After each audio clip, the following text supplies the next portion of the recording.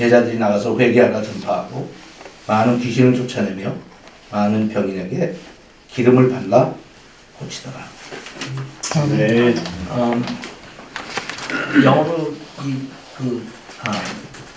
교회를 다니지 않는 사람들도 자주 사용하는 말 중에 선지자가 고향에서 인정을 받지 못한다는 말이에요. 선지자. 사실 우리는 대부분 여기 모인 저희들은 선지자는 아니에요, 그죠? prophetic ministry는 우리가 하죠. 설교하면서 가르치면서 하나님의 공의를 선포하고 하나님의 나라를 선포하고. 근데 선지자보다는 우리는 대부분 다 목자죠. 선지자적인 면은 있어요, 우리가 하는데.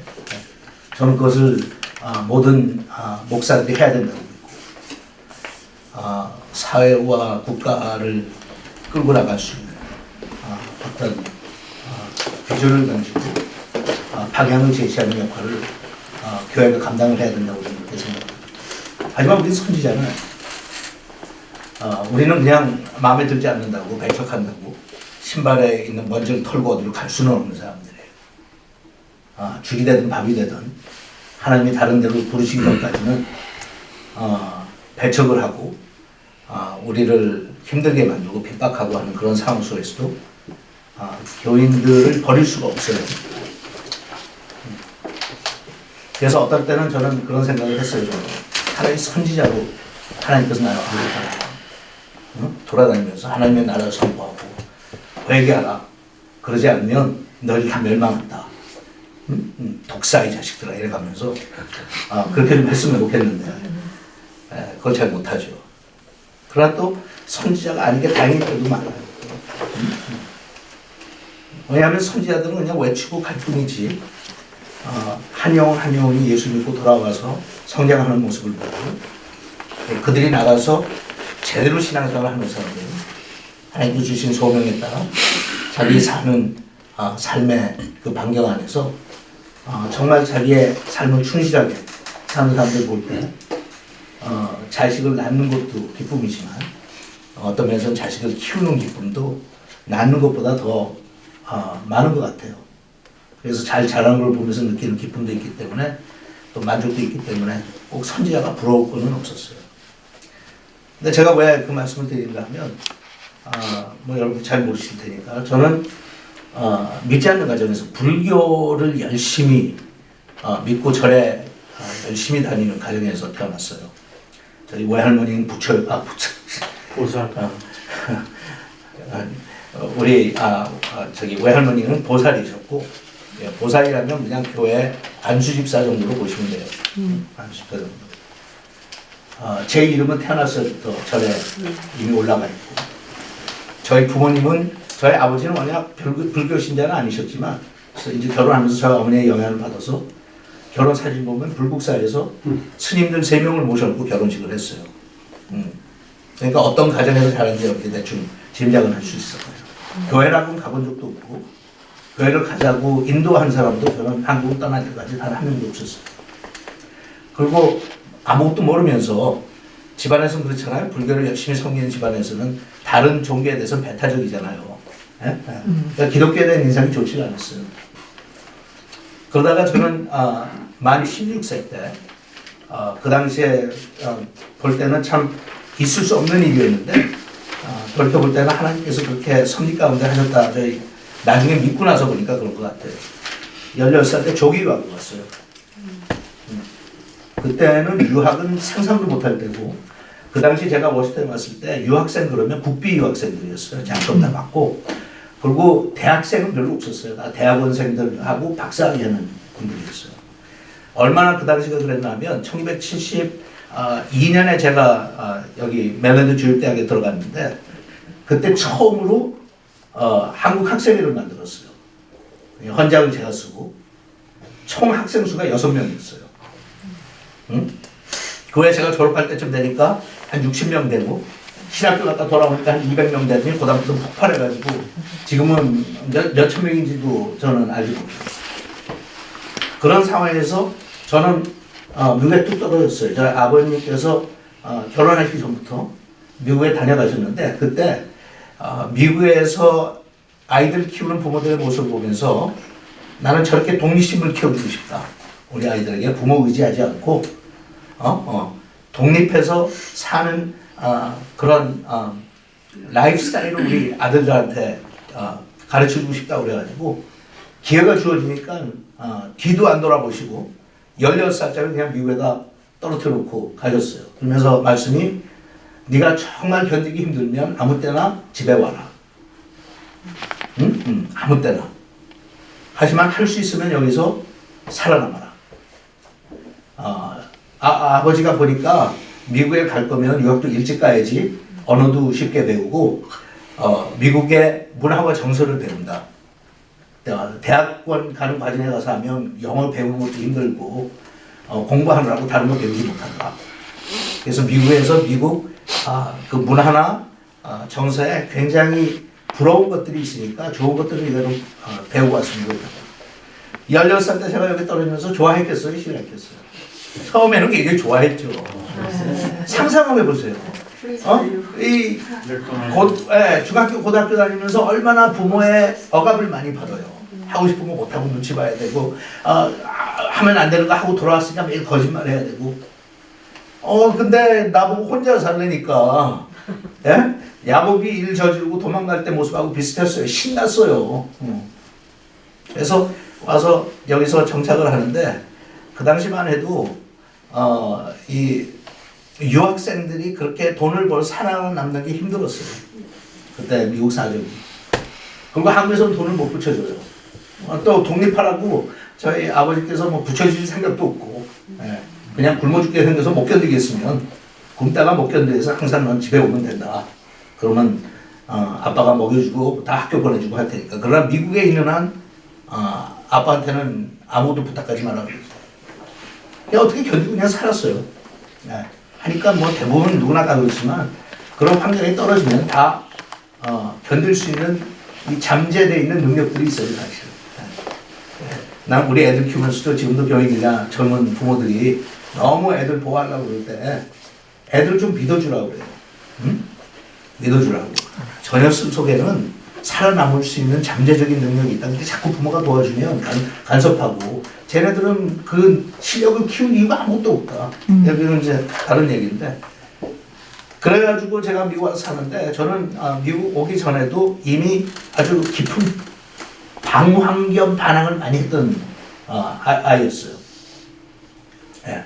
한국에서는 중학교 한 2학년 때부터 술을 마시기 시작했고, 얘기하는 거 뭐 가끔 하다가 술 마시는 게 아니라 자주 그것도 만취가 돼서 술을 마시고 친구들하고 몰려다녔고, 고등학교 1학년 됐을 때는 거의 명동에 나가 살았어요, 저는. 그때 뭐 무교동하고 명동하고 때는 술집이 별로 없으니까 여러분들은 모르겠어. 그때 상황이나 또는 착하게 자라신 분들은 그건 잘 모르겠지만 저는 그냥 그러고 살았어요. 그 이유 중에 하나가 나중에 알게 됐는데 저한테 아주 심한 우울증이 있었어요.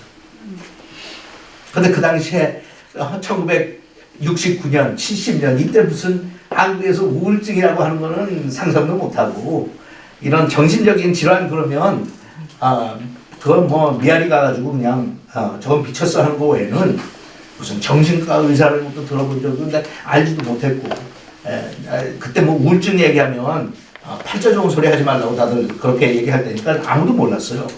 저는 나중에 결혼해서 한 40쯤 됐을 때 우울증이 있다는 사실을 알게 됐어요. 근데 대부분 우울증 있는 사람들은 자기가 너무 감당하기가 힘드니까 너무 앞이 깜깜하니까 달래줘야 돼. 어쨌든 살아남아야 되잖아요. 달래주느라고 찾는 게 자동적으로 찾는 게 마약이에요. 여러분 마약과 그 다음에 합법적인 약과의 차이는 별로 차이 없는 거 아시죠? 그냥 감기 걸려서 나가서 약을 찾을 때도 드럭스토어에 가요. 약이에요. 사실 마약이라고 하는 것은 오버 더 카운터로 함부로 살 수 없는 것들을 마약이라고 해요. 헤로인이나 오피움 같은 것도 지금 병자 치료할 때 쓰잖아요. 요새는 마리아나도 사용하겠다고 난리들이잖아요. 왜냐하면 효과가 있어요. 응?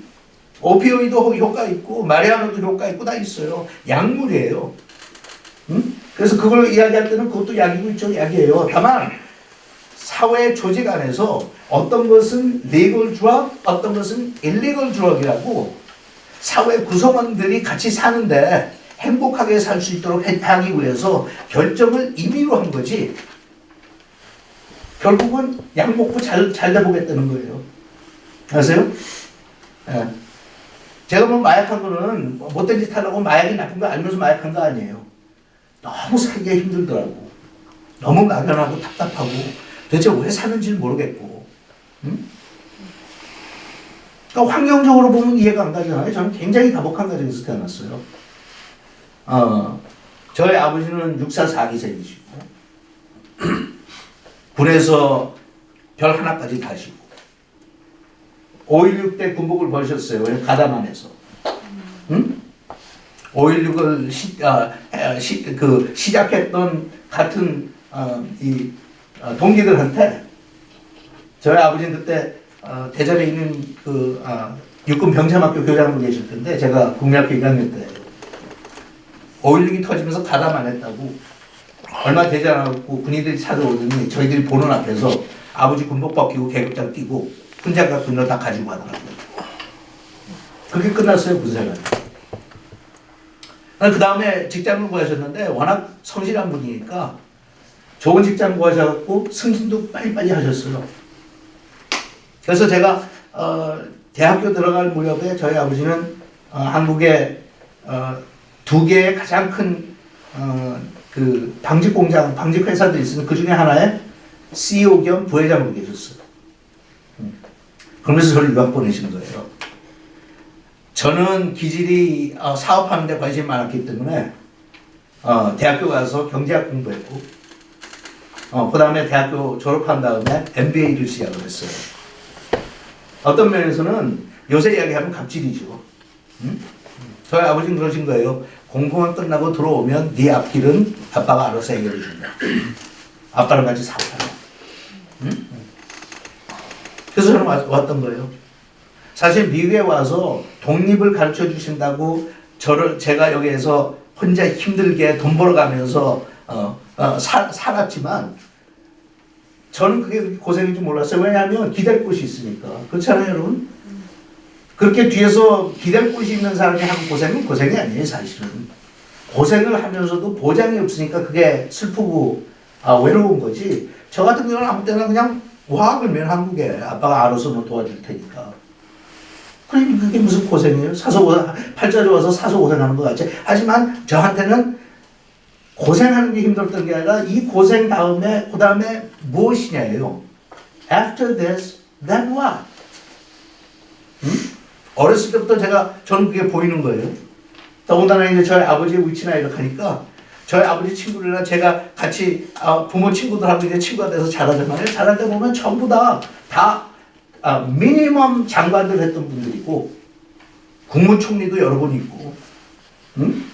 군대 출신이니까 국방장관 친구가 많은 그거는 뭐 당연하고 그런 분들이 다 예편하고 와가지고 기업에 그 당시에 사장들 되고 다 했잖아요. 그러니까 그렇게 하는데 그래서 저는 그 당시에 교수들도 많이 알고 우리 아버지 친구가 그러니까 공부 많이 한 분들 또 한국에서 잘 나간다는 분들 권력 가지고 있는 분들 주위에서 옆에서 많이 봤잖아요. 응? 그 자식들하고 친구처럼 지내고 그래서 그 삶을 잘 알아요. 저는 하나도 부러운 게 없더라고. 저희 아버님 친구들 보면요 그 당시 살림 차리지 않은 사람 거의 없고 그래서 여자들끼리 모이면 저희 어머니하고 친구들 모이면 매일 울고 자빠졌고 남편이 바람 피니까 네? 겉으로는 근사해요. 다 자가용도 끌고 다니고 근데 그 내용을 알잖아요. 그 속을 알잖아요. 그래서 저를 들여다보니까 앉아서 그런 회의가 생기면 이건 내가 공부 열심히 해가지고 박사학위 받고 나가서 한국에서 사업한다고 그래야 Then what? Then what? 그 고생해서 받아서 그래 권력 있고 출세한다고 하자. 돈 좀 번다고 하자. 그건 내가 할 자신 있다. 그건 나 혼자 훌륭해서가 아니라 나는 환경이 그렇게 할 수 있는 가능성이 굉장히 많다. Then what? 그러니까 저는 그거 갖고 고민을 하면서 회의를 느끼는 거예요. 그러니까 공부는 하면서 저는 4년 안에 대학을 다 졸업했어요. 2년 안에 대학은 다 졸업하고 할 짓 다 해요. 마약하면서도. 그러면서 공부는 다 하는 대로 하면서 앉아갖고 도서관에서 매일 공부하는 대신 술 마시고 마약하고 앉아갖고 이거는 못하러 하는 거지. 이거 한 다음에 그 다음에 뭐야 도대체. 내가 하면서 저는 고민을 하다가 거의 자살할 지경에 이르렀어요. 그게 1976년 8월인데 대학교 4학년 마지막 학기 때 학교를 등록을 해놓고는 아파트에서 출입을 안 했어요. 밖에 나가본 적이 없어요. 그냥 아파트에서 술 마시고 마약하고 그러니까 여러분 혹시 목회하면 여러분 자녀 중에 그런 애들인지 몰라요. 그런 애들 많아요. 응? 그냥 집에만 처박혀 있고 그렇게 있었어요. 등록금 내고 학교를 가본 적이 없어. 왜냐하면 결론이 너무 뻔했던 거예요. 저한테. Anyway 그렇게 하다가 그 여름방학 때 제가 예수님을 만나요.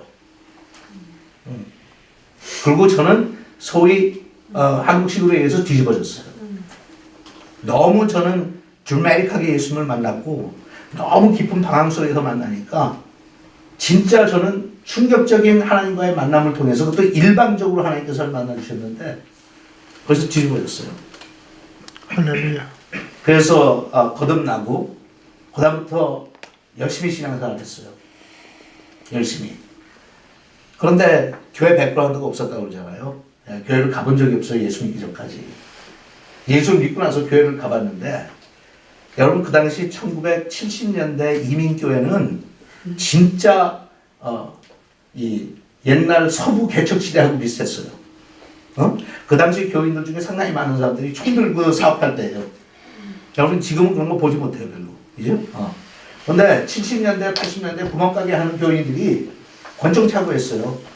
진짜 제가 신방 가면 권총 차고 있어요. 앞에다가 놔놓고 있든지 방탄 유리로 가려놓고 손님들한테 조그만 방탄 유리 아래다 구멍 뚫어놓고 글로 물건 주고 돈 받고. 제가 82년에 워싱턴에서 목회를 시작했는데 제 주변에서도 총 맞아 죽은 교인들이 몇 명 있어요. 진짜 카우보이 시대였어. 그렇게 사는 교인들이 와서 교회에서 참 출석을 하니 그 교회가 어떻게 되겠느냐. 여러분 상상을 해보세요. 응?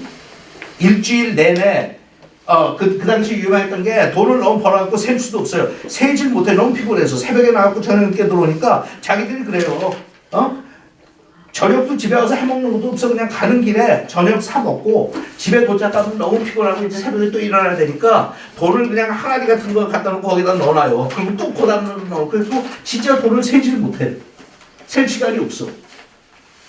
그렇게 그런 정신을 가지고 그런 환경 속에서 돈을 버는 사람들이 교회에 모이니 어떻게 되냐. 예? 사납죠. 응? 참 그때 교인들 사나웠어요. 한쪽으로는 너무 불쌍하고 한쪽으로는 너무 사납고. 그래서 제가 교회라고는 교회 생리를 전혀 모르는 사람이 예수 믿고 나는 교회 가면 천국인 줄 알았어. 여러분 그럴 거 아니에요? 저는 그때 주변에 저한테 전도하는 사람도 별로 없고 그러니까 저는 주변에 예수 믿는 사람들이 없었어요. 그러니까 처음에 나가 이제 예수님을 영접하고 이렇게 밖에 나가서 뭐 하다가 예를 들어서 저 지금도 기억나는데 피자 사러 갔다가 줄 서 있는데 내 뒤에 있는 애가 뭐 하고 어떻게 대화를 하다가 걔가 크리스찬이라고 그러더라고 자기가. 저는 무슨 오래된 친척 만난 것처럼 왜냐하면 나는 크리스찬이 다 있네. 그래갖고 거기서 막 끌어안고 제가 피자도 사주고 신이 나가지고 그렇게 단순했어요. 얘는 로맨틱했죠. 그러니까 교회 가면 성경에 나오는 사람들 다 나타나는 줄 알았어. 예수 믿는 사람들은. 그런데 가가지고 불과 6개월도 가기 전에 보니까 그때는 뭐 교회가 깨지는 게 밥 먹듯이 깨졌어요. 가서 싸우는 걸 보고 그 교인들의 행동 그런 거 보니까 금방 회의가 찾아오는데 예수는 믿되 교회는 가서는 안 될 것 같아요. 한동안 교회를 떠났어요. 제가. 그리고 미국 교회만 다녔어요. 신학교 때도 패스톨 인턴십을 하는데 저는 한국 교회에서 전혀 안 했어요. 미국 교회에서만 하고. 왜냐하면 너무 싫더라고요. 사람들의 모습을 보는 게. 근데 어느 날 하나님께서 저를 부르시는 거예요. 권리를 주셔서. 그냥 단축해서 말씀드리면 혹독하게 핍박받았죠. 저희 부모님한테.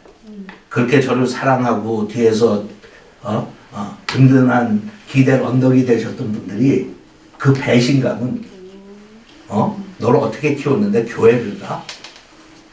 교회를 가? 거기까지도 참았다. 저희 어머니가 직접 하신 말씀이에요. 너 공부 끝나고 한국 들어오면 정신 제대로 다시 제정신 차리도록 내가 하려고 그냥 놔뒀는데 너 교회 간다는 거 떨어져 있으니까 목사가 돼? 너 미쳤냐? 그래가지고 결국은 제가 집안에서 쫓겨났어요. 저희 아버지께서 오셔가지고 넌 이제 앞으로는 내 자식 아니다.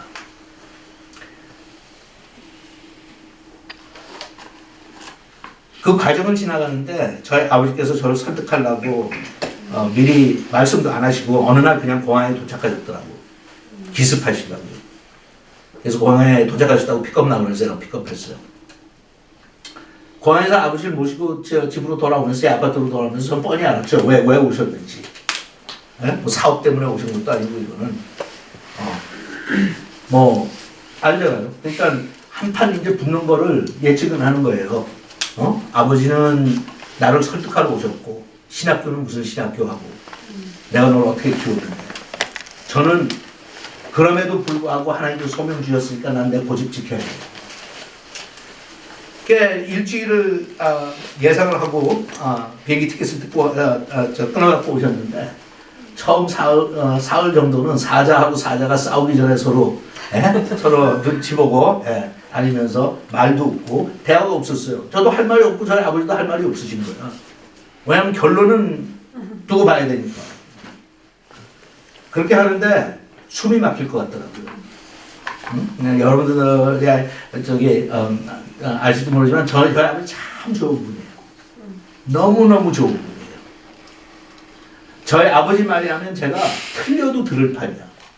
그만 그 정도로 제가 저희 아버지를 좋아했어요. 저희 아버지도 저를 좋아하셨고. 참 너무너무 좋은 분이에요.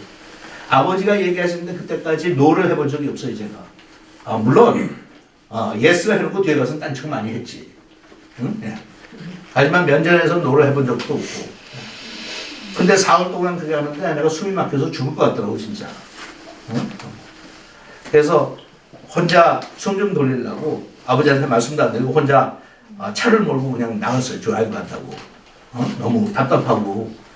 또 집에서는 기도도 잘 못하겠고. 왜냐면 아버지께서 들은 제가 그러잖아요. 또 그 당시 내 상황으로는 기도하면 이제 또 울고 난리를 칠 텐데 제가. 아버지가 불쌍해서 울 거고 내 신세가 처량해서 울 거고. 근데 울면 또 저희 아버지는 교회는 저하고 마찬가지로 가본 적도 없으니까 오해하실 것 같아. 제가 저렇게 가고 싶지 않은 걸 지금 가려고 저러라고 해갖고 이게 아들이란 놈이 막 그래서 이제 제가 그렇게 또 오해하신 건 싫으니까 잘 타고 나갔어요. 나가지고 아파트에서 빠져나가지고 속도를 막 내려고 붕 하고 가는데 갑자기 제 마음속에 기가 막힌 아이디어가 떠오르더라고요. 양쪽 다 만족시킬 수 있을 것 같아. 응? 양쪽 다. 가만 생각하니까 괜히 걱정했어. 일단 아버지가 나는 공부 마치고 나와서 같이 좀 사업하기를 그렇게 기대하시니까 공부도 했겠다. 끝내버리고 한국 나가서 그냥 아버지랑 사업 좀 도와드리고 그때 내 나이가 뭐 만으로 23, 4밖에 안 됐을 때니까. 그래서 한 20년 도와드리자. 그리고 45살쯤 될 때 신학교 가서 그때부터 목사하자. 하나님 날 부르셨는데 부인하는 것도 아니고 하기 싫다는 것도 아니고 가보니까 누이 좋고 매부 좋고 아버지도 저렇게 힘들어하실 필요 없고 하나님도 내가 완전히 배신하는 거 아니니까 하나님도 뭐 싫어하실 이유도 갑자기 그렇죠. 여러분 목회하다가 그런 꾀가 생길 때가 있죠. 기가 막 브릴리언트한 아이디어가 괜히 고생했네. 걱정하고 이렇게 하면 될 텐데 하고 앞에 그냥 다 보일 때가 있어요. 그래서 저는 너무 신나가지고 얼마나 신났겠어요. 가보니까 내가 이거 괜히 고생한 거야. 그래갖고 차를 몰고 가다가 갑자기 길, 영화에서나 나오는데 거기서 유턴을 칙 하면서 유턴을 했어요. 그렇게 하면서 내 마음속에 떠오른 찬송가가 있어. 이 기쁜 소식을 진짜로 갑자기 그거 보면서 너무 신나는 거야 갑자기. 예? 그래서 막 신나가지고 다시 집으로 돌아가려고 유턴을 하는데 스쳐 지나가는 하나님의 말씀을 드렸어요. 저한테 너 오늘 선택해라. 그러세요. 너 오늘 선택. 그때는 이제 영어로 하나님하고 이렇게 대화하는데 하나님께서 그러시더라고요. 굉장히 정색을 하시고 You choose today. 근데 그 말씀 딱 하는데 무슨 의미인지 제가 알겠더라고요. 금방 알겠더라고요. 이거는 뭐 설명도 필요 없어. 그래서 제가 하나님 앞에 항의하면서 그렇게 답변했어요. 하나님, 이건 너무 잔인하십니다. How can you ask me to choose? 도대체 어떻게 나보고 선택하라고 그러세요?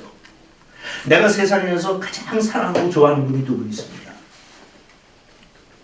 한 분은 나를 위해서 아들까지 바치신 하나님 아버지고, 한 분은 이 땅에서 날 낳아서 키워주신 나의 육신의 아버지시고, I love you both. 근데 이렇게 잔인하면 어떡하시겠느냐고. You want me to choose? 그러면 우리 아버지는 너무 실망하셔서 다시는 예수의 옛죄도 꺼내지 못하게 하실 텐데 너무 내가 그래서 하나님 앞에 그냥 잔인하시다고 하나님 You can't do this to me.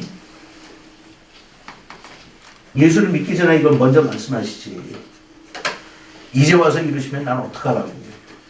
그냥 순간적으로 해결했다고 생각했던 거기 꿈이 깨지니까 너무 중압감이 오면서 앞이 깜깜하고 이제 나 끝났구나. 그러면서 제가 하나님 앞에 투정하면서 그랬어요. 하나님, what do you mean choose? You already made your choice. 하나님께서 이미 다 결정하셨는데 내가 선택할 게 뭐 있어요? 나는 순종하느냐 불순종하느냐 둘 중에 하나지. You don't give me any room for my decision. 제가 막 항의했어요. 하나님 앞에. 그러면서 그랬어요. 하나님, 알겠습니다. 알겠습니다. 하나님 잘하십니다. 이럴 줄은 몰랐습니다. 그러면서 저한테 떠오르는 성경 구절이 있었어요. 네가 나를 조치려거든. 내 부모와 형제와 아내까지 배신하고 버리고 나를 따라오라. 왜 갑자기 그 성경 구절이 떠오르는지는 모르겠어요. 제가 그랬어요. 언젠가 들어보긴 들어본 성경 구절 같다. 하지만 아직도 잔인하십니다. 이러실 수가 있어요. 그 전쟁 다 끝났죠. 그래서 다시 아파트로 돌아와서 차 세워놓고 곧장 저희 아버지한테 찾아가서 드릴 말씀이 있다고. 그때 벌써 아들이 먼저 말을 꺼내니까 얼굴이 하얘지시죠. 무릎 꿇고 제가 그랬어요. 아버지, 세상에 태어나서 아버지 말씀에 난 불순종해 본 적이 내 기억에는 없는데 오늘 처음으로 아버지 말씀에 불순종합니다. 저는 신학교 갑니다. 그때 아무 말씀도 안 해요. 그리고 티켓을 끌어오셨는데 일주일부로 끌어오셨는데 나흘째 되는 날 그냥 아침에 저보고 공항에 데려다 달라고 그러시더라고요.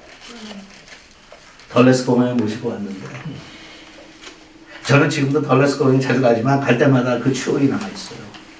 돌아오는 길이 얼마나 힘들고 외로웠던지. 응? 돌아오면서 얼마나 울었던지. 나는 예수 믿고 아버지한테도 버림을 받는구나. 응? 어린 심정에 이럴 줄 알았으면 내가 차라리 예수를 안 믿는 건데.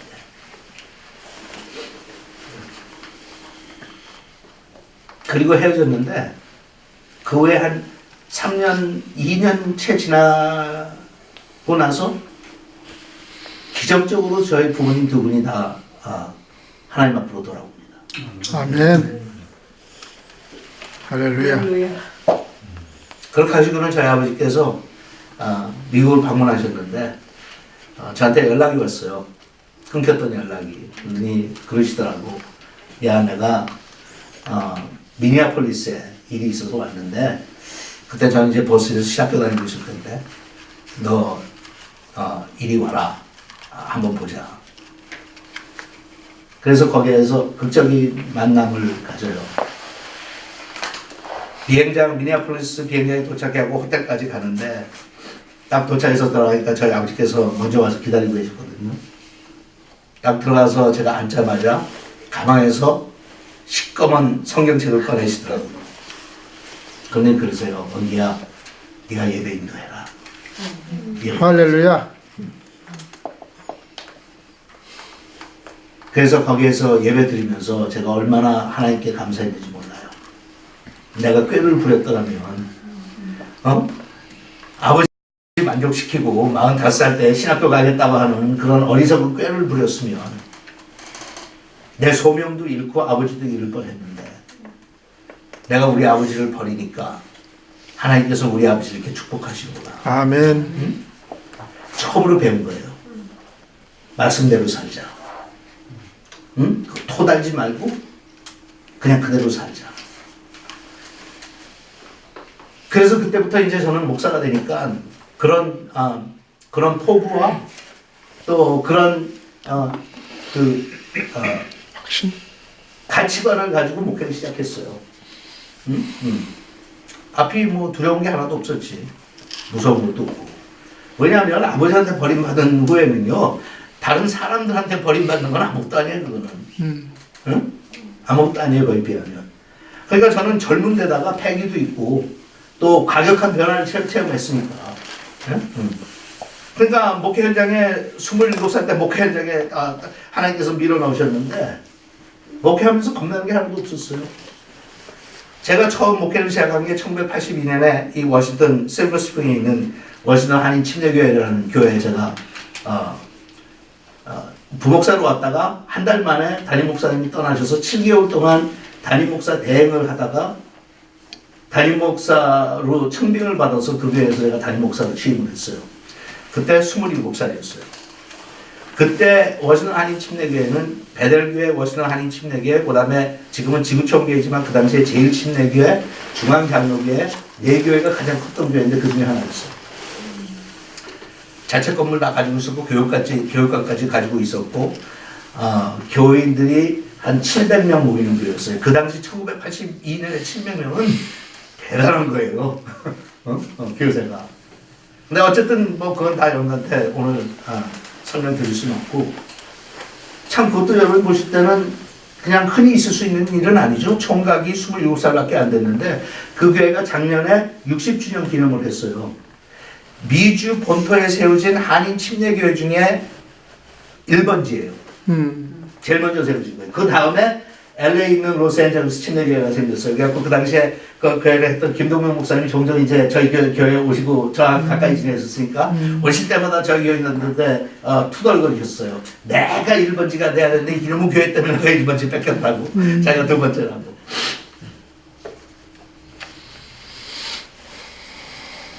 그 교회가 대표적으로 분열 많이 하고 싸움 많이 하는 교회예요. 워싱턴에 있는 상당히 많은 침례교회들이 다 거기에서 갈라져 나갔어. 다 뭐 얼마나 분열이 심했는지 몰라요. 거기에 제가 그냥 떨어진 거예요, 담임 목사로. 아까 말씀드렸지만 저는 교회를 경험한 적이 없기 때문에 교회 정치 같은 거 하나도 몰라요. 나는 그냥 성경대로만 하면 돼. 그래서 그 교회 가서 저는 어떻게 생각했냐면 교인들한테도 그렇게 얘기했어요. 내가 이 교회에 오래 있으면 나는 거짓 선지자다. 응?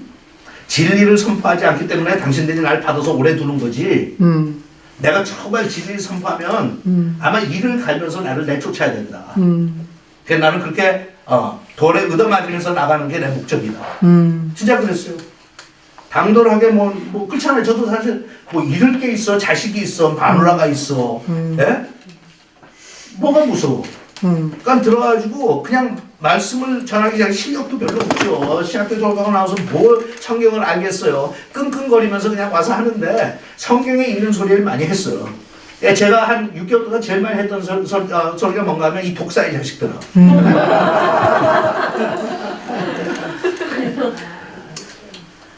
제가 그랬어요. 다 앉혀놓고 야 이 독사의 자식들아, 회칠한 무덤들이요. 당신들이 도대체 무슨 교인이냐? 교회에서 이따위 행동들을 하면서 그 신경질 날 때는 그냥 재밌게 하다 말고 성경 꽉 덮어놓고 그냥 전 나가요. 이런 교회에서 난 목회 못한다. 근데 이상하게 하나님께서 그걸 쓰시더라고요. 그러더니 교회가 이제 뒤집어졌어요. 응? 저는 아무것도 정치 안 하고. 그래갖고 문제의 중심에 있는 분들이 저를 사무실로 찾아와서 목사님, 요 다음 주일 예배 시간에 저희들이 교인들한테 할 말이 있으니까 시간 좀 달라요. 그래서 그러시라고. 그때 6명이 대표들이 있었는데 양쪽에 3명, 3명. 광고 시간에 나오더니 교인들한테 회개를 하고 용서를 구하는 거예요. 여러분 죄송하다고. 우리 때문에 교회가 지금 이 모양 이 꼴이 됐다고. 그러니까 교인들이 그걸 듣다가 다 울음바다가 돼버렸어요. 그리고 거기서 저한테 와서 목사님 기도해달라고 해서 제가 기도해주고 그걸로 끝. 물론 자기네들의 그 근성이 바뀌진 않죠. 하지만 교회는 더 이상 분열이 없었어요. 참 화목하게들 지냈어요. 할렐루야. 그래서 제가 그 교회에서 7년 반을 있었어요. 그리고 안식년을 나한테 주더라고. 그 안식년을 줘서 그때는 사실 안식년이라고는 한국 교회에서는 들어보지도 못한 소리예요. 안식년은 무슨 아니야 목사님들이 휴가도 못 갈 때예요. 그러니까 그 당시 제 교인들의 심리를 설명을 하면 저는 뭣도 모르고 가가지고 헬스 인슈런스 달라고 그랬다가 욕만 먹었어요. 목사가 믿음이 없다고. 진짜로. 기도하면 되지 무슨 목사가 헬스 인슈런스가 필요하니. 상상을 해보세요. 그리고 저한테 오더니 목사님 자동차 교회에서 사드릴 테니까 골라보래. 나도 신나가지고 그때까지 뭐 새 차를 가져온 적이 있나? 중고차만 약간 끌고 다니다가 신학교 시절 새 차도 사니까 좋아가지고 제가 이제 막 열심히 컨슈머 리포트 보고 봤어. 보니까 딱 두 종류의 차가 그때 제일 인기도 있고 신뢰도가 높더라고. 하나는 토요타 캠리고 하나는 한다 어코드예요. 괜찮은 것도 모르고 또 재직회를 하는데 집사를 하는데 들어가지고 목사님 정했냐? 그래서 무슨 차 원하세요? 그래서 제가 토요타 캠리든지 한다 어코드면 좋겠다고. 거기서 또 야단 맞았어. 왜 일본 차를 사겠다고 그러냐고. 예? 아니 목사님 일본 차를 사면 어떡하니? 내가 알았나? 내가 일본한테 그런 무슨 감정도 없고, 그죠? 그런 시대였어요. 근데 가가지고 제가 독사의 자식들하고 그러니까 처음에는 양쪽에서 아멘 터지더라고. 그래서 난 이 사람들이 은혜 받아서 아멘 하는 줄 알았어요. 근데 세월이 지난 다음에 내가 이제 어렴풋이 지나가면서 누가 얘기하는 걸 들으니까 자기들이 은혜 받아서 아멘 한 게 아니라 니네들 들으라고. 그러니까 니네 우리 반대편이 독사의 자식들이야. 이쪽이 독사의 자식들이야. 그러니까 나는 아멘 하는 게 자기들이 뭘 느껴가지고 회개하는 의미에서 우리는 독사의 자식이다 그랬고 아멘 한 줄 알았더니 나중에 몇 년 지난 다음에 들으니까 그게 아니라 서로 독사의 자식들하고 회개해라. 어쨌든 그렇게 해갖고 하나님께서 풀어주셔서 정말 기적이었어요. 근데 안식년을 갔더니 일을 저지르더라고요. 안식년 가 있는 사이에 제가 없는 사이에 재직회를 소집을 해가지고 그 전까지 제가 안수입사 시키자고 그러는데 그때까지 제가 그거는 안 된다. 나 이거 타협 못한다. 자격 없는 사람을 안수입사 시킬 수 없다. 침례교회에서 그냥 장로하고 똑같은 거예요. 근데 내가 떠나자마자 지네들이 가라고 그래놓고는 안식년을 떠나자마자 2달 후에 자기들끼리 모여갖고 재직회하고 자기들끼리 모여서 부목사를 세워가지고 사무총회하고 그리고 내가 안 됐다는 사람들 전부 안수입사 만들어놨어.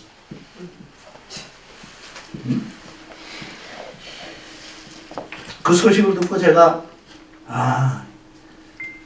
변화는 그렇게 쉽게 오는 게 아니구나. 외형적인 변화는 왔는데 본질적으로는 이게 바뀌지 않는구나, 가치관이. 그래서 그 소식 듣고 그냥 교회에다 사임했어요. 그냥. 하나님께서 그러시더라고. 넌 여기서 할 만한 거 다 했다. 이제 한계가 있다. 그러면서 하나님께서 저한테 개척에 대한 꿈을 주셨어요. 저도 그걸 동의했고요. 정말 이 기독교 문화를 교회 안에 정착시키려고 하면 안 믿던 사람들 데리고 시작해야 된다. 믿는 사람들, 교회 생활하는 사람들은 자기의 과거 경험 때문에 패러다임 시프트가 안 된다. 패러다임 시프트가 되고 또 그냥 담임 목사 좋아하니까 해주는 거지. 진짜 자기 속에서 나오는 핵심 가치의 전환이 온 건 아니었구나. 그러려면 앞으로는 나도 예수님처럼 안 믿는 사람들 데리고 교회를 개척해야 되겠다. 그래서 내가 그동안 배우고 느낀 크리스천 문화를, 컬처를 가르쳐줘야 되겠다. 컬처가 생기지 않으면 그냥 조직이나 모임을 통해서 오는 변화는 자기네들이, 근데 여러분 한국 정치도 마찬가지잖아요. 국민들도 그렇고 근본적인 가치관의 변화가 없어요. 그러니까 매일 선거할 때마다 소리 지르지만 하서 하는 거 보면 똑같잖아요. 미국도 뭐 민주당 하나 하지만 약간 모양만 다르지 똑같아요. 들어가서 보면. 예? 왜 그러냐? 가치관은 바뀌지 않았어요. 자기네들은 정치 생명을 유지하고 싶고 밑에 있는 사람들한테 빚진 거 자기네들은 갚아야 되고. 그러니까 정치를 하고 싶은 한 정치에 빠지면 말만 외치는 거지 개혁 외치는 거지 개혁 못해요. 왜냐하면 개혁하려고 들면 국민들이 내쫓아요. 앞에서는 좋다고 그러지만. 그래서 저는 그렇게 생각해서 펠로십 교회를 개척을 했어요. 1980년대. 1990년에. 그 처음에 제가 그만뒀을 때 펠로십 교회를 개척했을 때도 제가 교인들한테 제 비전을 선포하면서 제가 얘기했던 건 워싱턴 한인 침례교회 목회를 봤더니 700명 교인이 있다가 제가 그만둘 때는 1,400명이었어요. 1부 예배 드리던 교회가 3부 예배를 드렸고. 그리고 그 당시에 게이더스버그에 땅 사자고 하는 운동도 일어났고, 그래서 목사님 안식년 갔다 온 다음에 땅 사자고, 그 당시에 100만 불 땅 사는 돈을 마련했어요. 그것도 굉장히 큰 돈이었어요, 그 당시에. 근데 외형적이었어요. 그래서 제가 이제 그거 안 한다 그러면서 그만두면서 그랬어요. 내가 하나님 앞에 처음 소명받았을 때는 70명의 제자를 키우겠다고 했는데 70명은커녕 700명, 1,400명이 됐는데 돌아보니까 예수님의 제자는 몇 명 되지도 않습니다. 이건 아닙니다, 저한테. 그래가지고 교회를 개척했어요. 꿈이 컸죠. 응? 그냥 안 믿는 사람 전도해서 키우자.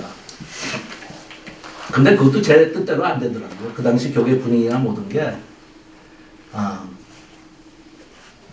저는 그렇게 메시지 강하게 외치면서 훈련시키는 목회를 했는데 사람들이 그냥 몰려 들어오는데 2년 사이에 또 600명이 돼버리더라고요. 2년 사이에. 한 5년 되니까 1,000명을 넘어섰어요. 그러니까 건축 얘기가 오더라고요. 건축 얘기가. 저한테 찾아와서 그런 거예요, 교인들이. 목사님 왜 건축을 안 하느냐고. 저는 교인들이 하자는 바람에 진리 끌려가고 건축한 사람이에요. 진짜로.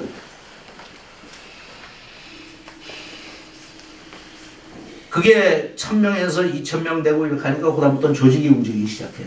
응? 근데 저도 어떻게 못하죠.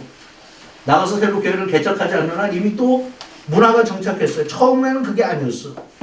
근데 오다 보니까 다른 교회에서 오는 사람들은 또 거기에 문화와 철학을 가지고 들어와가지고 다 하다 보니까 어느새 내가 기대하고 원했던 게 아니라 엉뚱한 방향으로 교회가 나가고 있어요. 외형적으로는 안 그래요. 외형적으로는 뭐 교회가 성장하는 것 같고 주변에 있는 교회들도 부러워할 정도로 박력이 있구나 그렇다고 그러는데 그건 뭐 박력 있죠. 없다는 게 아니라 열심히죠. 열심히들 했죠. 행복도도 높았고요. 근데 저는 알잖아요. 이건 아니다. 하지만 이미 저는 65세 은퇴하겠다고 이야기를 했고 그때 제가 만으로 58이었기 때문에 거의 은퇴에 대한 마지막 준비를 하느라고 또 교회에서 안식년을 했어요. 여러분 안식년 하지 마세요.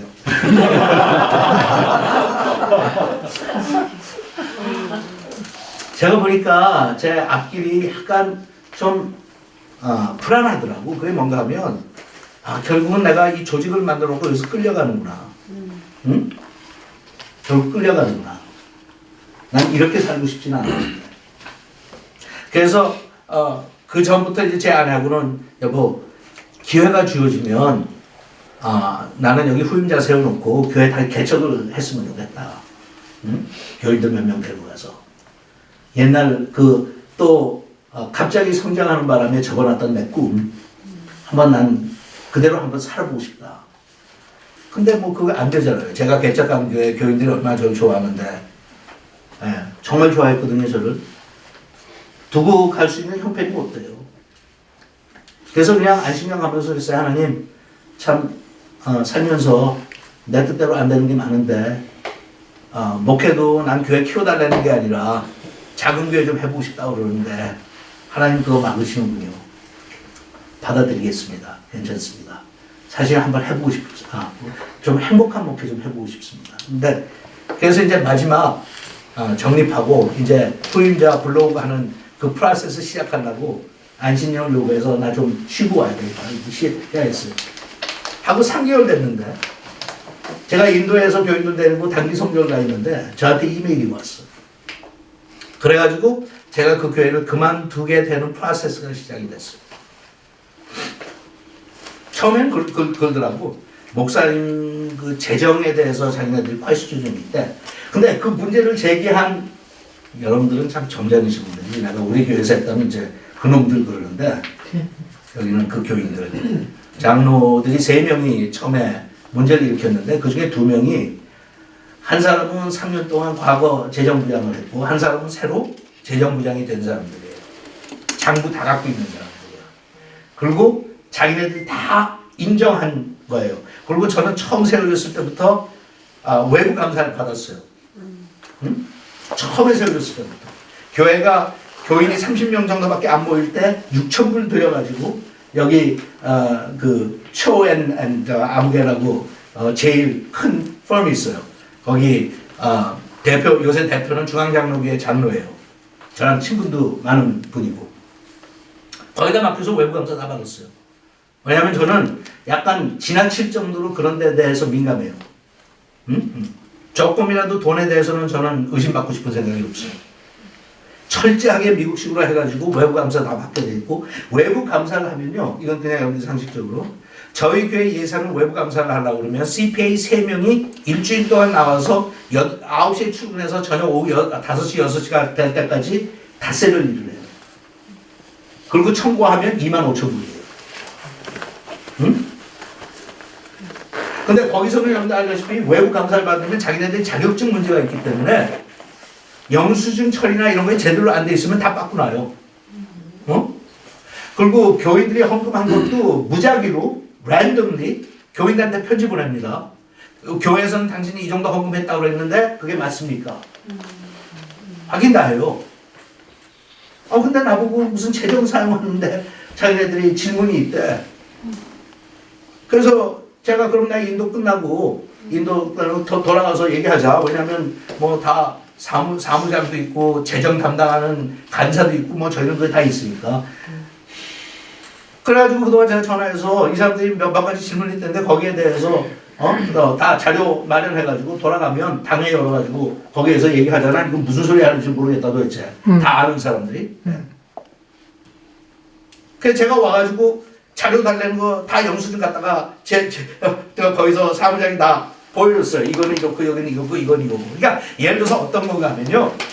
내가 보니까 예를 들어서 세이프웨이 가가지고 350불 썼어. 근데 그 친구들이 뭐라고 하면 목사님이 자기 가정생활, 자기 먹는 거 위해서 가가지고 사고 교회 크레딧 카드를 긁었다는 거예요. 그래서 제가 오케이.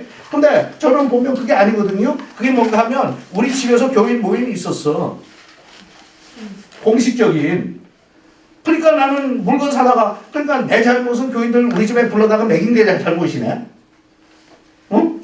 공적인 모임. 근데 그런 거 상관없어요. 가가지고 자기네들이 먼저 그런 거예요. 예?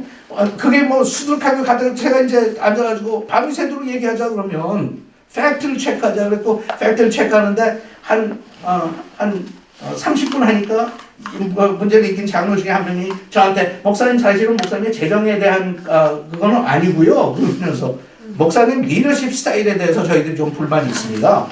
돌려요. Anyway. 그래서 그 과정을 지나면서 저는 그대로 얘기하면 우리 어머니는 나의 의붓 어머니고 제가 저희 집사하고 결혼하기 전에 결혼 한 번 했는데 백인하고 결혼했었대요. 완전히 소설을 만들어내. 응? 저는 아까 그랬잖아요. 독신으로 여기에서 목회 하다가 30 됐을 때 제 아내하고 결혼했어요. 그 교회에서. 워싱턴 한 침례 교회에서. 근데 신기한 건 있죠? 교인들이 그걸 믿고 싶어 하더라고. 어? 그래서 인도에서 돌아온 다음에 제가 느낀 거는 이젠 내가 떠날 때가 됐다. 응? 떠날 때가 됐다. 그러고 그냥 삶하고 그냥 나갔어요.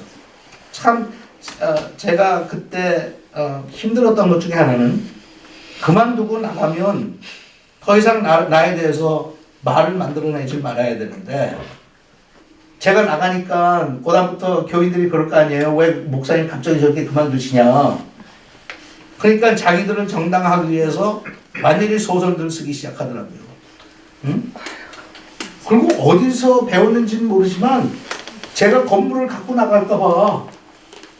그러다가 아니 non-profit organization에 등록되어 있는 건물을 어떻게 목사가 갖고 가냐. 그건 한국에서는 있을 수 있는 일이지. 도대체 미국에서 건물 가져본 사람들은 알지만 내가 갖고 가고 싶어도 가지도 못하고 갖고 갈 리도 없고 어림 한 푼어치도 없고 근데 소문을 그렇게 퍼뜨리면 또 교인들은 다 흥분해서 일어나더라고요. 김홍희 목사 갖고 갈지 모르니까 막아야 된다 이거. 근데 그게 다 제가 키운 사람들이에요. 저를 통해서 예수 믿었고 저를 통해서 성령 체험했고 저를 통해서 가정이 회복됐고 저를 통해서 자식들이 열심히 예수 믿는 사람들 됐고 남이 그러면 이해하죠. 응? 그 배신감은 진짜 견디기 힘들었어요. 응? 절망하지는 않았어요. 하지만 배신감은 너무 컸어요. 사람들에 대해서 정이 떨어지더라. 이건가? 이렇게 비참한 건가? 응? 그리고 저한테 이 PTSD가 찾아왔어요. 그래서 이건 그냥 다 지나간 거니까 여러분들한테 쉽게 제가 얘기할 수 있어요. 여기 이 곽호식 목사님은 펠로십 교회에서 저하고 사역을 같이 했던 사람이에요. 지금은 한 1년 전부터 지금 제가 목회하는 코에 나오는데 그렇기 때문에 지금 제가 이야기하는 거를 사실을 증인할 수 있는 거예요. 제가 얼마나 힘들었냐면요. 저희 그 건물이 두 군데 있었는데 메릴랜드 그 건물이 저먼타운에 있잖아요. 270 타고 가면 정면에 보이거든요. 제가 2년 넘도록 270를 타지 못했어요. 건물만 봐도 너무 무서워서. 응? Post-traumatic syndrome disorder라고 하는 게 꼭 뭐 전쟁 갔다 온 사람들만 그런 게 아니에요. 너무너무 저한테는 큰 상처가 됐던 거예요.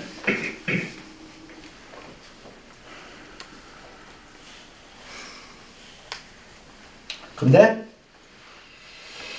은연중에 세월이 지나가면서 하나님께서 오늘 같이 본 그 말씀을 저한테 상기시켜 주셨어요.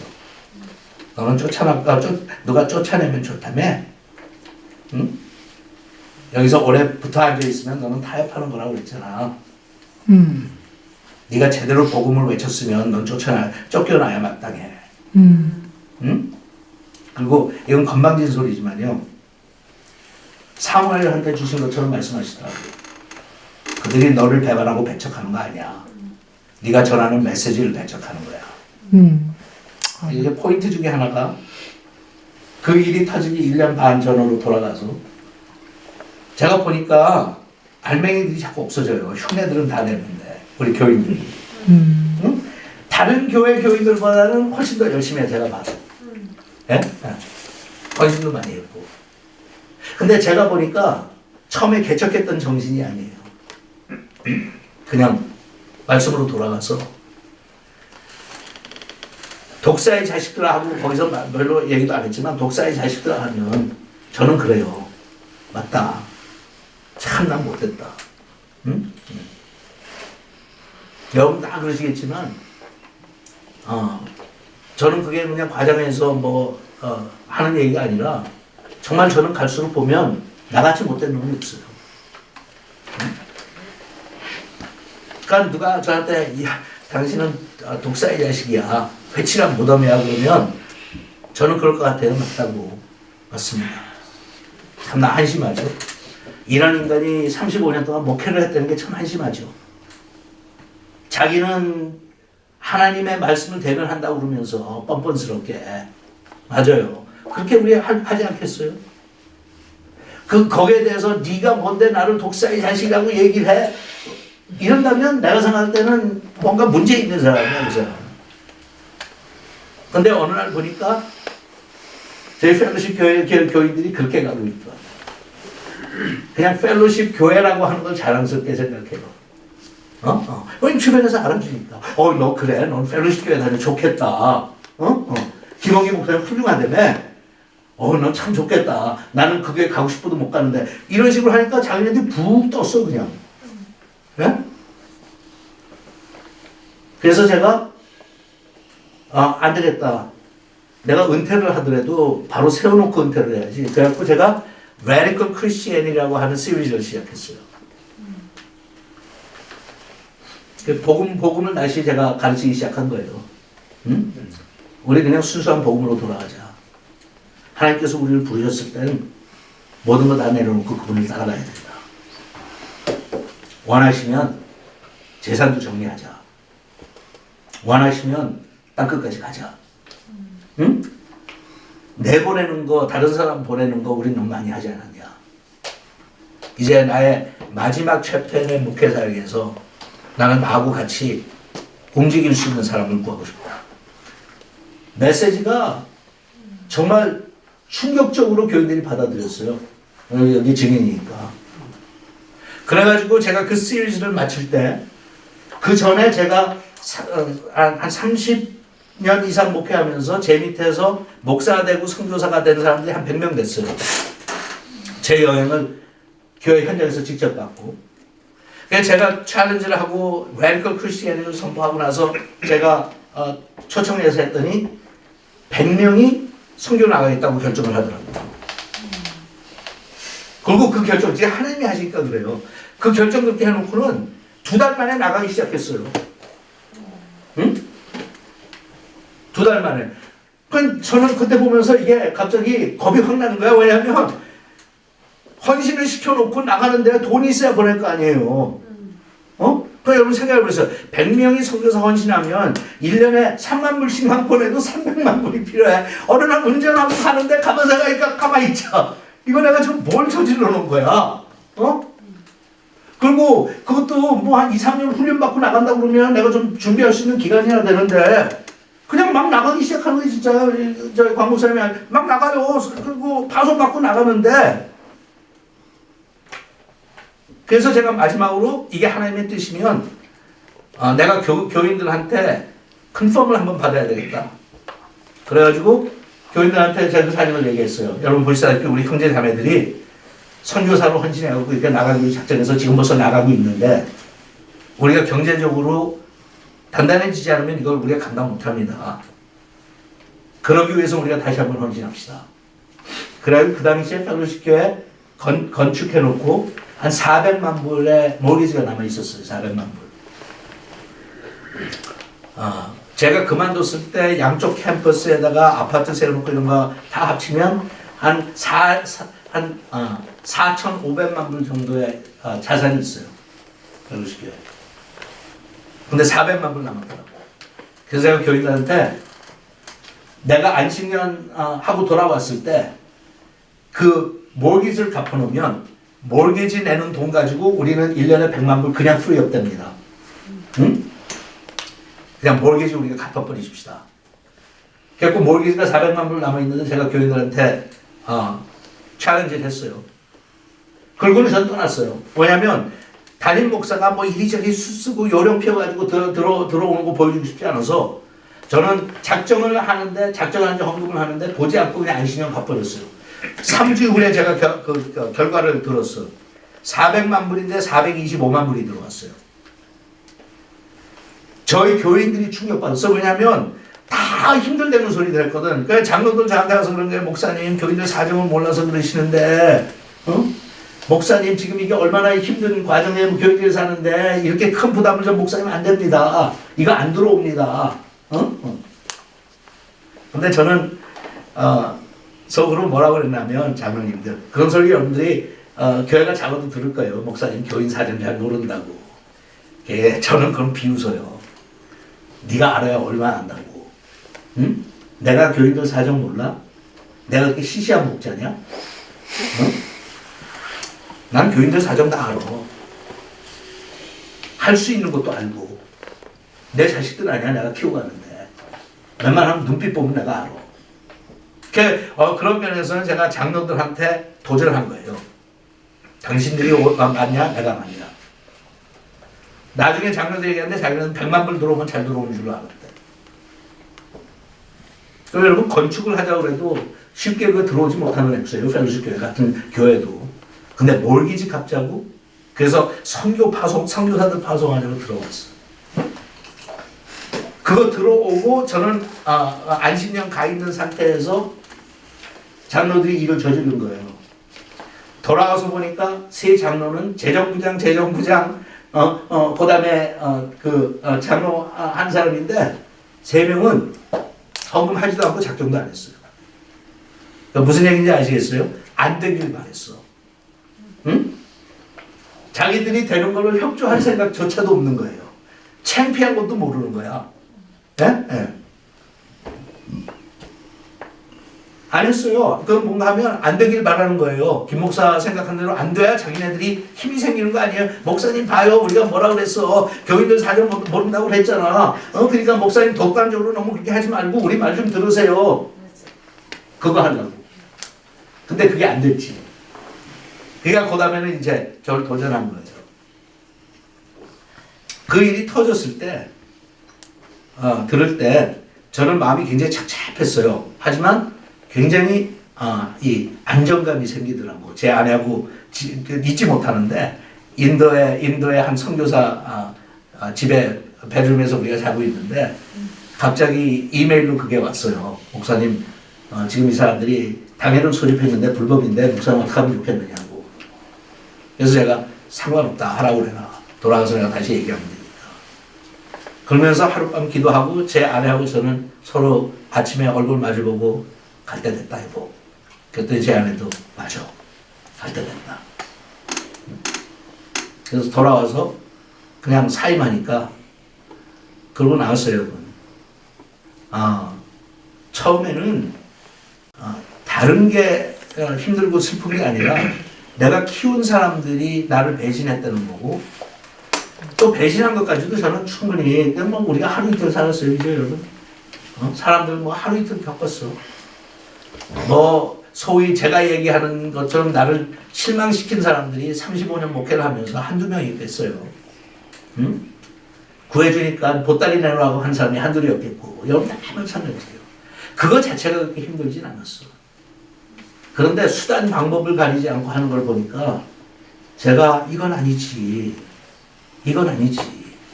응? 그러면 우리는 세상 사람들하고 다른 게 하나도 없지.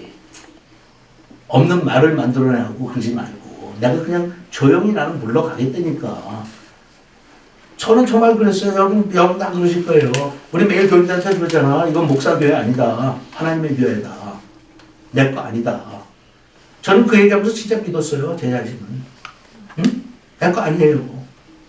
내가 비록 시작했고 내가 내 돈도 내 정력도 내 생각도 다 쏟아 바쳤어요. 사실. 여러분하고 똑같아요. 저는 교회를 생각하면서 잠들었고 교회를 생각하면서 깼고 사역을 위해서 자식들도 많이 희생시켰고 아내도 힘들게 했고 그러면서 행복하다고 생각하고 했어요. 진짜 행복했고 근데 제 앞에서 이렇게 벌어지는 일을 보니까 이건 아니지. 이럴 수는 없지. 뭔가 달라야지. 하는 그게. 근데 이제 세월 다 지나서 지금은 물어보시면 에이 그런 거지 뭐. 그 사람들 그렇게 잘못한 것도 아니야. 내가 뭐 기대를 많이 해서 내가 그렇게 섭섭해하고 그래서 힘들어했지. 사실 보니까 다 그냥 사람들이야. 그 사람들도 못했고 나도 못했어. 응? 제가 그만뒀을 때 그랬어요. 다시는 나 목회 안 한다. 미쳤지. 다시는 목회 안 한다. 그래갖고 우리 가족들이 모여갖고 애들이 저한테 아빠 뭐 할 거야 이제? 교회 그만뒀으니까. 여러분 사실 여러분 다 마찬가지일 거예요. 그 과정에 또 힘들었던 건 우리 자식들이었어요. 애들이 셋인데 셋 다 그 교회밖에는 다른 교회를 가본 적이 없어요. 물론 방문들은 했지만 어렸을 때부터 인펀트 때부터 다 같이 자란 친구들이 다 거기 있어. 잔인하더라고 교인들이요. 제가 사임했는데 그 다음 주일부터 우리 애들 나타나지 말래요.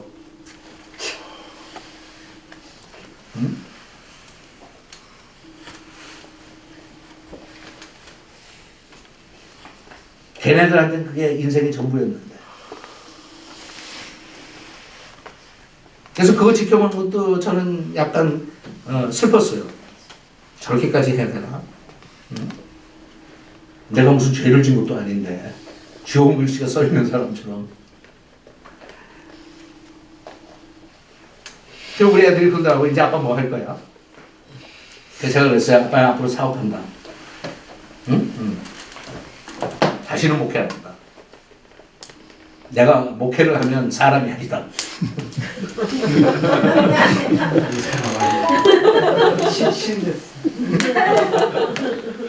그때 우리 애들이 세 놈이다. 걔네들이 큰애가 31살, 그 다음에 29, 26살짜리들인데 제가 그 애들 막 웃더라고 지네들이 빈정거리면서. 그러면서 아빠는 아빠 자신도 모른대. 그래서 제가 그게 무슨 소리냐? 그랬더니 아빠는 지나가는 사람 2명만 있으면 전도해서 예수 믿게 하고 훈련할 거. 아빠는 그거 외에는 모른다는 거야. 그리고 거기에 대한 패션이 있고 큰 패션이 있기 때문에 자기네들이 Dad, we all know you're gonna do that again. 그러면서 애들이 저한테 한 가지만 하지만 자기네들이 부탁해 하니까 세 놈 다 한국 교회는 하지 말래. 너무 자기네들도 충격을 받은 거예요. 응? 충격을. 그러니까 저한테 그래. 아빠가 젊은 시절부터 하나님을 위해서 일 많이 했다. 자기네들 옆에서 볼 때도 참 일 많이 했어 아빠. 그리고 아빠한테는 아직도 많은 나눠주고 싶은 사랑이 남아있어. 아빠는 주고 싶잖아. 응? 근데 자식으로서 아빠 이제 상처는 좀 안 받았으면 좋겠어. 그러니까 아빠가 미국 교회 못할 이유가 뭐가 있니? 아빠는 영어도 잘하고 다 하잖아. 그러니까 아빠 앞으로는 미국 교회 상처 좀 그만 받아. 결론 지금 한국 교회 하고 있어. 참 그래요. 내가 미쳤지. 하지만 젊었을 때 가지고 있던 그 첫사랑, 그 꿈을 결코 잊어버릴 수가 없더라고요. 또 보여주고 싶더라고요. 응? 교회란 건 이런 거야. 그러니까 제가 내린 결론은 이거는 어떤 합리적인 그 과정을 통해서 내린 게 아니라 구조상 큰 교회는 아빠한테는 안 맞는다. 구조상. 큰 교회도 있고 작은 교회도 있고 중간 사이즈도 다 있겠지. 근데 큰 교회를 2개를 해본 후에 아빠가 내린 결론은 아빠는 그게 즐겁지 않다. 주변에 있는 사람 다 목사님 행복하겠다. 교회 잘 되고 교인들이 말 잘 듣고 그러니까 목사님 행복하겠다 그러는데 저는 속으로 행복은 하고 감사하지. 내가 여기서 불평하면 안 되지. 내가 이것 가지고 완전히 행복하다고 안 하면 난 못된 놈이지. 주변에 얼마나 많은 목사님들이 힘들어하면서 나를 부러워하는데 그건 너는 배때기가 물러서 하는 거니까 그 말을 못하지만 속으로는 그래도 이건 아닌데. 응? 난 이렇게 끝낸다고 그러면 목회도 너무 허무한데. 그래서 이제 4년 반이 되니까 요즘은 그 이야기를 제가 그전에도 그렇게 했지만 이제는 진짜 체험을 담아가지고 할 수 있어요. 나는 큰 교회를 찬양하는 사람도 아니고 이 작은 교회가 꼭 좋다는 이야기를 하는 사람도 아니에요. 그냥 저는 작은 교회가 체질에 맞아요. 너무 맞죠. 근데 이걸 하면서 스쳐 지나가는 그림이 하나 있었어요. 근데 그거는 제가 30대 초반에 이 젊은이들 상대로 집회를 많이 다녔는데 어느 날 집회하는 과정에서 모여가지고 젊은이들이 저한테 그런 질문을 하더라고요. 목사님이 생각할 때 목회의 성공이 뭐냐? 응? How do you define successful ministry? 그래서 그때 제가 했던 얘기가 있어요. 왜 그런 얘기를 했는지도 몰라요. 나는 그냥 낭만주의자니까 그랬던 것 같아. 아니면 반은 혼자 잘난 척한 거고. 제가 뭐라고 그랬냐면 나는 설교 잘하는 유명한 목사로 그 기억에 남기를 원하지 않는다. 나는 책을 많이 써서 훌륭한 저자로 남는 것도 원치 않는다. 내가 진짜 원하는 건 뭔지 알아? 내가 한 60이 됐을 때 30대니까 60대는 무지하게 늙은 줄 알았어.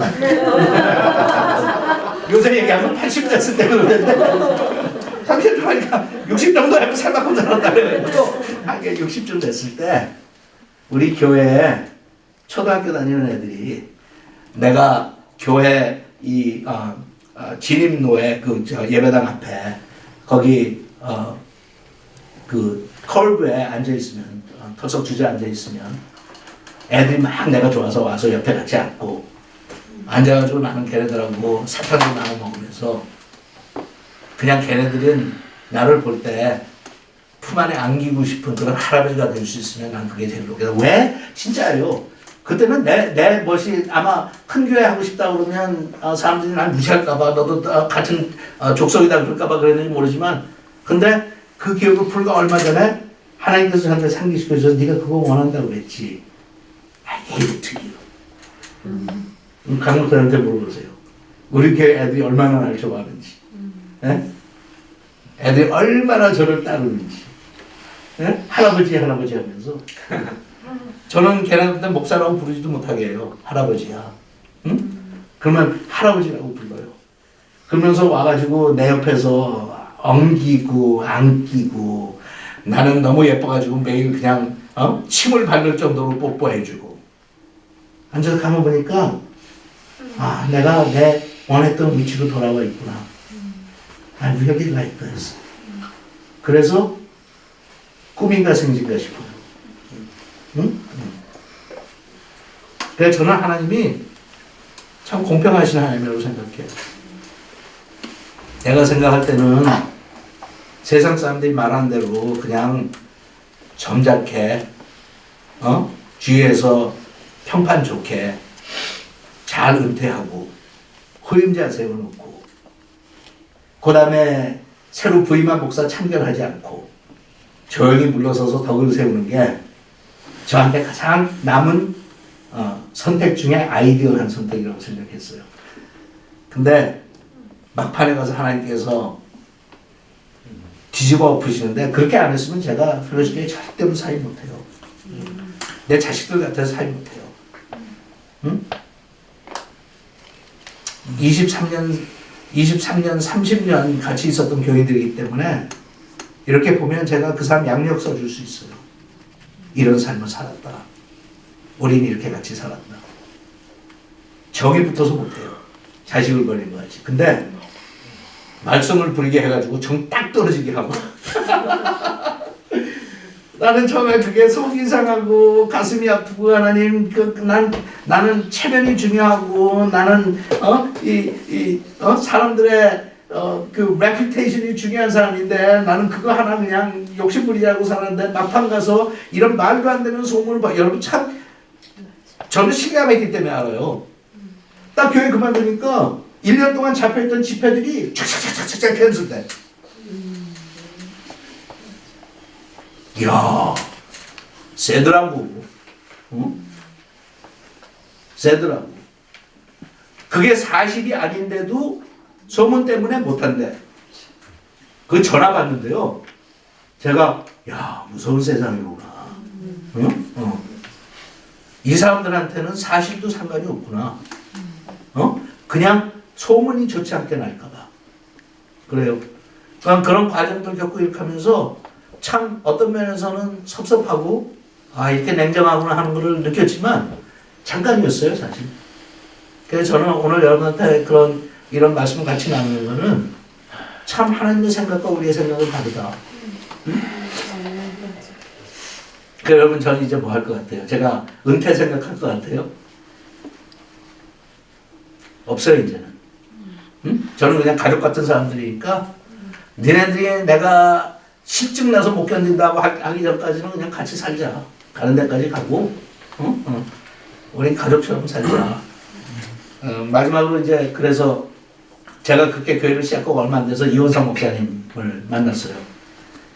워낙 제 80년대 초창기에 월성 한인 침례교에서 목회할 때부터 이원상 목사님하고 이동훈 목사님하고 저하고 삼총사로 다녔거든요. 나이 차이는 전부 다 10년씩은 차이가 나지만 이원상 목사님은 제가 굉장히 가깝고 이원상 목사님은 저를 굉장히 좋아하셨어요.